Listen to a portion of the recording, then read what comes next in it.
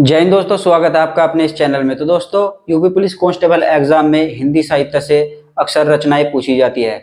तो उनमें तुलसीदास की रचनाएं जो है वो अपने आप में बहुत महत्वपूर्ण हो जाती है। तो इस वीडियो में हम आपको तुलसीदास की जितनी भी रचनाएं हैं उन सभी को यहाँ पर याद कराने वाले हैं। तो आइए तुलसीदास के बारे में यहाँ पर जान लेते हैं।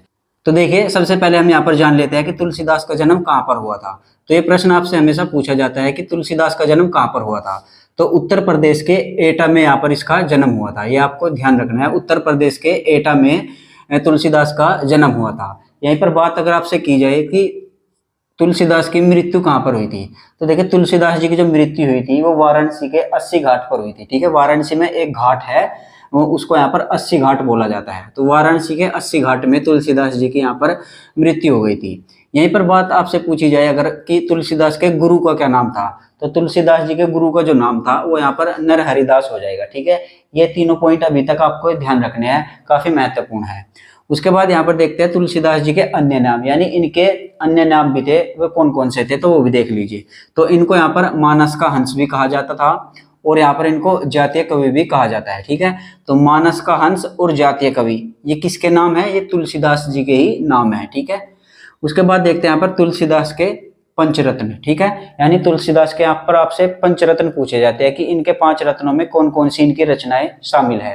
तो देखिए, इसके पंचरत्नों को मैंने यहाँ पर अलग करके लिख दिया है, जिसमें आपका रामलला नेहचू, वैराग्य संदीपनी, जानकी मंगल, पार्वती मंगल और बरमे रामायण। ठीक है, ये तुलसीदास जी की 5 रचनाएं हैं। इन पांचों को मिलाकर यहाँ पर आपसे पंचरत्न कहा जाता है। ठीक है, तो तुलसीदास के पंचरत्न कौन कौन से हो गए, एक बार फिर से देख लीजिए। रामलला नेहचू, वैराग्य संदीपनी, जानकी मंगल और पार्वती मंगल तथा बरवे रामायण। ये पांचों जो रचनाएं हैं तुलसीदास की, इनको ही यहाँ पर तुलसीदास के पंचरत्न कहा जाता है। ठीक है, उसके बाद देखते हैं यहाँ पर तुलसीदास जी की अन्य रचनाएं कौन कौन सी है।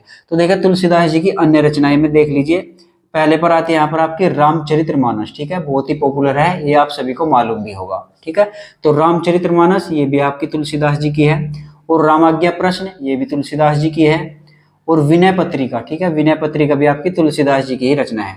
यहीं पर बात करें आपकी गीतावली। ठीक है, तो गीतावली भी इन्हीं की है, और फिर यहाँ पर कृष्ण गीतावली भी इन्हीं की है। ठीक है, तो देखिए, ये वैसे तो ये राम भक्त थे, राम के ऊपर ही ज्यादातर लिखते थे, लेकिन इन्होंने यहाँ पर कृष्ण के ऊपर भी एक गीतावली लिखी है। तो ये भी आपको ध्यान रखना है, इसमें आपको कंफ्यूज नहीं होना है।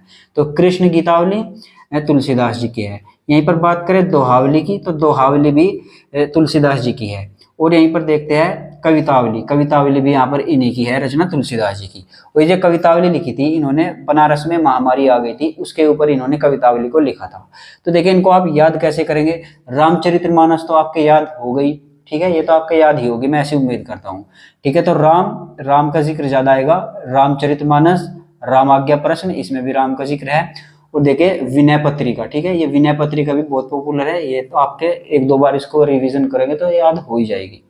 उसके बाद यहाँ पर देखिए गीतावली, जिसमें भी यहाँ पर आपको ये वली शब्द पकड़ना है। ठीक है, ये बाद में जो वली रूट वर्ड है इसको आपको पकड़ना है। सभी में देखिए, गीतावली, कृष्ण गीतावली, दोहावली, कवितावली। ठीक है, इन चारों में यहाँ पर देखिए वली, इनसे आप इनको याद कर सकते हैं। ठीक है, उसके बाद देखते हैं यहाँ पर रामचरितमानस के बारे में महत्वपूर्ण पॉइंट। रामचरितमानस जो है इसमें 7 कांड है। ठीक है, इसमें कितने कांड है? 7 कांड। ठीक है, ध्यान रखना है कौन कौन से कांड है, इनका क्रम भी आपसे एग्जाम में पूछा जाता है। तो देखिए, इसका जो सबसे बड़ा कांड है, रामचरितमानस का जो सबसे बड़ा कांड है वो बाल्य कांड है। ठीक है, बाल कांड भी इसको कहा जाता है। तो सबसे बड़ा कांड बाल कांड। और यहीं पर आपसे सबसे छोटा कांड अगर आपसे पूछा जाए तो सबसे छोटा कांड है आपका किष्किंधा कांड। ठीक है, ये ध्यान रखना है।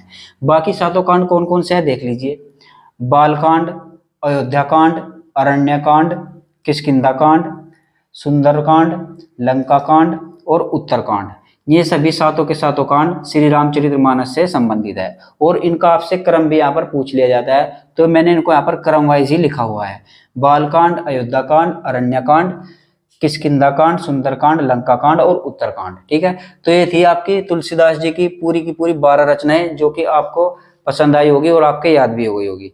तो अगर वीडियो पसंद आया तो वीडियो को लाइक कर दीजिएगा और चैनल को जरूर सब्सक्राइब कर लीजिएगा। आज के इस वीडियो में बस इतना ही, मिलते हैं अपने अगले वीडियो में, तब तक के लिए जय हिंद।